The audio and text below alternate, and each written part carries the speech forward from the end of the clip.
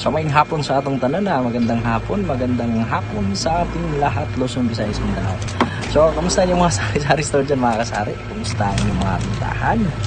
So sana tayong lahat ay pinagpala sa araw na ito. And for today's video mga kasari, kung bago ka pa sa aking channel, bago tayo magpatuloy ay kung di ka pa nakapag-subscribe sa aking channel at napapanood yung aking video, mag-subscribe ka na.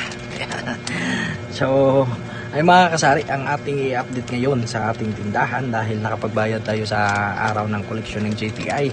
So tayo ay nakapagbayad ng 5,435 pesos yung ating nabayaran kanina.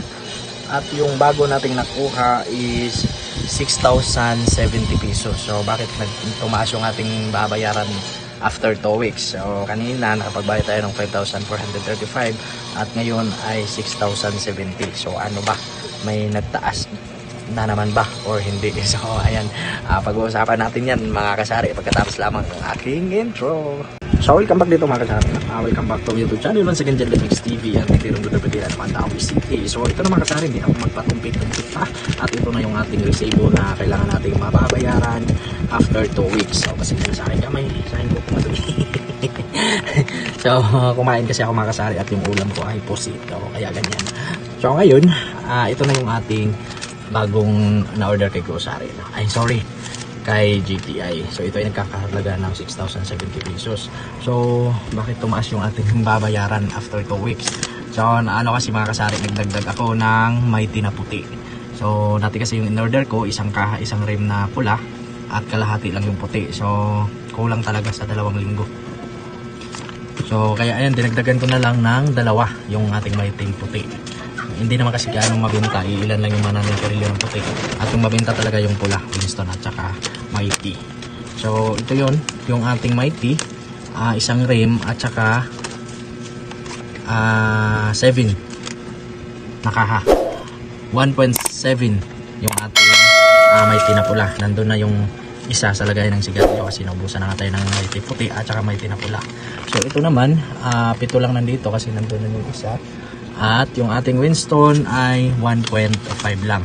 So dati ay 2 rim yan. So ngayon binawasan ko, dinagdag ko bali dito sa Mighty pula at saka puti. Ako'y nabubuyoy. So ayan, kaya 1.5 lang yung ating Winston. So dati 2 rim yan, binawasan ko kasi meron pang natira na Winston.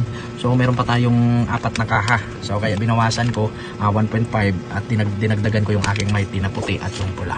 So kaya tumaas yung ating babayaran after 2 weeks. So ayan, kumusta yung mga bintahan ng sigarilyo dyan?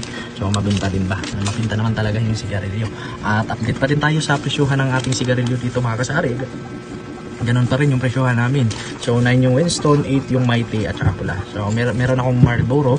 So yun lang naman yung hinahanap, yung Ice Blast. So bumili lang ako ng paisa-isang kaha. So konti lang din yung naghahanap ng Ice Blast. So ito lang update for today's video mga kasari, no, sa ating maliit na sari-sari store. So nakapagbayad tayo ng 5,435 pesos. And ano sa'yo Maday? Quick 5,435 pesos at after 2 weeks nating babayaran is 6,070 pesos.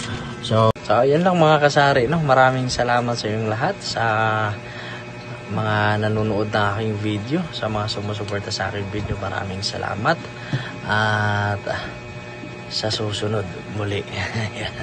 So once again, Mix TV, ang tindirong vlogger naman tao City. So maraming salamat and happy sailing sa ating lahat mga kapwa kasari. Bye bye until my next vlog.